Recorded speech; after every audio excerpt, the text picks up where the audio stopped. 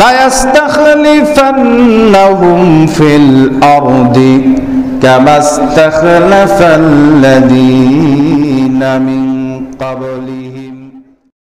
আসসালামু আলাইকুম ওয়া রাহমাতুল্লাহি ওয়া বারাকাতুহু। প্রিয় দিনী ভাই, আপনি জানতে চেয়েছেন স্বামী স্ত্রী একে অন্যের লিঙ্গ চুষতে পারবে কিনা। ভাই, ইসলাম একটা পবিত্র ধর্ম, একটা উত্তম ধর্ম।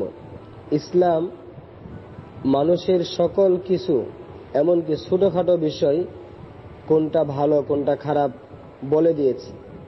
দেখেন, আমরা যখন ঘুম থেকে উঠি তখন আল্লাহ রাসূল সাল্লাল্লাহু আলাইহি সাল্লাম হাত না ধুয়ে পাত্রে হাত প্রবেশ করাতে নিষেধ করেছে।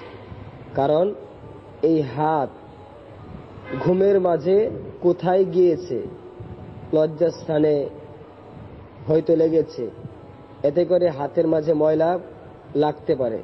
তাই আল্লাহ রাসূল হাত না ধুয়ে পাত্রে হাত ঢুকাইতে নিষেধ করেছে।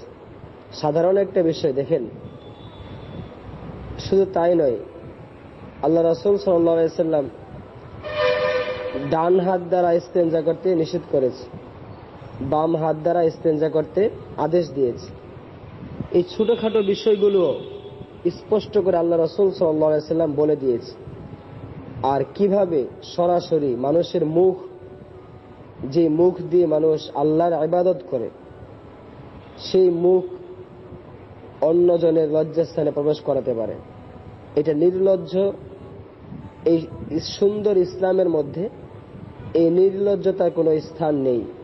যারা জায়েজ বলে তারা অবশ্যই তাদের নিজস্ব চিন্তাধারায় তারা অনুমতি দিতে পারে, তারা জায়েজ বলতে পারে। ইসলামে এর কোনো স্থান নেই। এই অরুচিকর বিষয় ইসলাম কখনো সাপোর্ট করে না, অতএব এটা কখনো জায়েজ হতে পারে না।